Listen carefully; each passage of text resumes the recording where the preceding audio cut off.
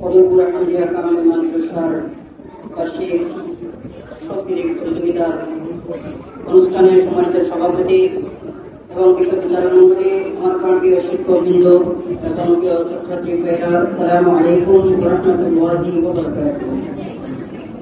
মহান আল্লাহ রাব্বুল আলামিনের দরবারে শুকরিয়া আদায় করি যে মহান রাব্বুল আলামিন আমাদেরকে প্রতিযোগিতার মধ্যে অংশগ্রহণ করতে তৌফিক দান করেছেন। আমার আজকের বিষয়বস্তু হচ্ছে নামাজের ফজিলত।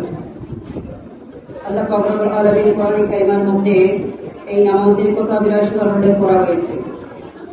এই নামাজকে এত গুরুত্বপূর্ণ একটি ইবাদত, যেটা ইসলামের মধ্যে তিনটি স্তম্ভ বলা হয়েছে। সলাতুল ইমাদুদ্দিন, এই নামাজ হচ্ছে ইসলামের একটি খুঁটি। আল্লাহ পাক রব্বুল আলামিন কোরআনে কারিমের মধ্যে বলেন, বিসমিল্লাহির রহমানির রহিম, ইন্নাস সালাতা তানহা আনিল ফাহশাই ওয়াল মুনকার। এই নামাজ অশ্লীল এবং খারাপ কাজ থেকে মানুষকে বিরত রাখে। এই নামাজ সম্পর্কে আল্লাহ রাসূল সাল্লাল্লাহু আলাইহি ওয়াসাল্লাম এই নামাজকে, এই নামাজ হচ্ছে আসসালাতু মিরাজুল মুমিনিন, এই নামাজ হচ্ছে মুমিনদের জন্য মেরাজ। আল্লাহ রাসূল কারীম সাল্লাল্লাহু আলাইহি ওয়াসাল্লাম মেরাজে গিয়ে আল্লাহর সাথে কথা বলেছেন, আর উম্মতি মুহাম্মাদীদের জন্য 5 ওয়াক্ত নামাজের মাধ্যমে আমরা দৈনিক 5 ওয়াক্ত নামাজ আদায় করে, অর্থাৎ আল্লাহর সাথে আমরা দৈনিক 5 বার কথা বলে থাকি। এই নামাজ সম্পর্কে অসংখ্য ফজিলত রয়েছে, অসংখ্য হাদিস মুবারক রয়েছে। তার মধ্যে এই নামাজের একটা ফজিলত হচ্ছে এই নামাজের মাধ্যমে আমাদের জীবনের গুনাহ মাফ করা হয়। আল্লাহ রাসূল হাদিস শরীফের মধ্যে বলেছেন, সাহাবীদেরকে বলতে লাগলেন, আমার সাহাবীরা তোমরা বলো তো দেখি যে দৈনিক 5 বার যদি তোমরা তোমাদের কারো ঘরের সামনে যদি একটি নহর থাকে, ওই নদীর মধ্যে যদি তোমরা দৈনিক 5 বার গোসল করে থাকো, তোমাদের শরীরে আর কোনো ময়লা থাকবে কিনা?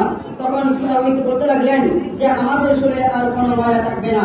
তখন রাসূল কারীম সাল্লাল্লাহু আলাইহি ওয়াসাল্লাম সাহাবীকে বলতে লাগলেন, যেভাবে 5 বার গোসল করলে শরীরে যেমন কোনো ময়লা থাকবে না, 5 ওয়াক্ত নামাজ যদি তোমরা আদায় করো তাহলে তোমাদের জীবনে আর কোনো গুনাহ থাকবে না। এটাই হচ্ছে নামাজের উদাহরণ। সুবহানাল্লাহ।